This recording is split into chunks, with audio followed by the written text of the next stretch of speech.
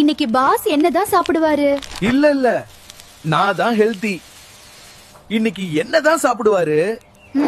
Pass எதை வேண்டுமானாலும் சாப்பிடலாம், ஆனா நாங்க இல்லாம உங்களை தொட்டு கூட பார்க்க மாட்டாரு. நம்ம தான் எப்பவுமே கெத்து. நீ ஏன்டா தினமும் இங்க வராவட? ஒன்னாலதான் பாஸ்க்கு வெயிட் போடுது. அத என் தலைவன் சொல்லட்டும். நீங்க கொஞ்சம் பேசாம இருங்கள். நான் ரொம்ப நல்லவன் தெரியுமா? ஆனா எல்லாரும் என்ன எண்ணெயில போட்டு கெட்டவனா மாத்தி வச்சிருக்காங்க. உங்களுக்காக தானடா மெத்து மெத்துன்னு இருக்கேன். நானும் நல்லவன் தான் பாஸ். என்ன சாப்பிட்டா உங்களுக்கு நல்லா தூக்கம் வரும். என்கிட்ட இருக்கும் இந்த வடப்பயிலையும் சேர்த்து வச்சு சாப்பிடுங்க, செம்மையாக இருக்கும். உங்ககிட்ட இருந்து தான்டா நான் வந்தேன். பிறகு என்ன, ஏன் எல்லாரும் வேண்டாம் சொல்றாங்க? அதுக்கெல்லாம் ஒரு முக ராசி வேணும்டா.